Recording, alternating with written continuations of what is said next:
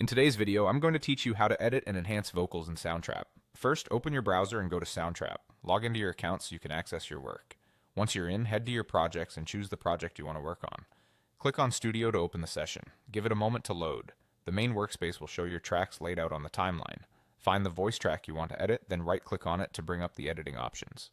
This is where you'll see handy tools like Voice Transform, Vocal Cleanup, Vocal Tuner, and Add Effects.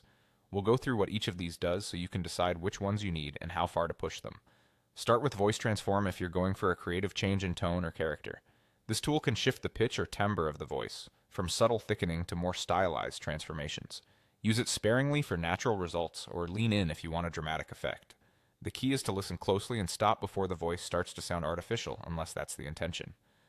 Next, try Vocal Cleanup to reduce background noise, hum, or mouth clicks that distract from the performance. This is great for tidying up takes recorded in less than ideal rooms. Begin with a gentle setting, preview the result, and adjust the intensity until the noise drops without making the voice sound dull or underwater.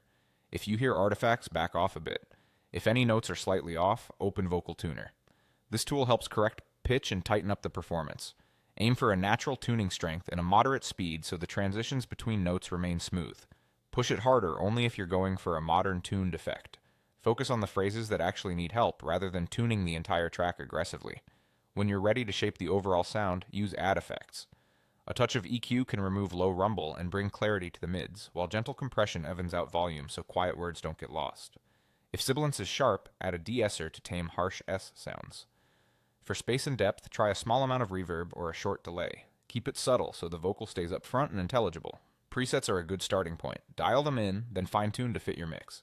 That's the core workflow. Go to Soundtrap, log in, open your project in Studio, right-click the vocal track, and use Voice Transform, Vocal Cleanup, Vocal Tuner, and Add Effects to shape a polished, professional-sounding voice.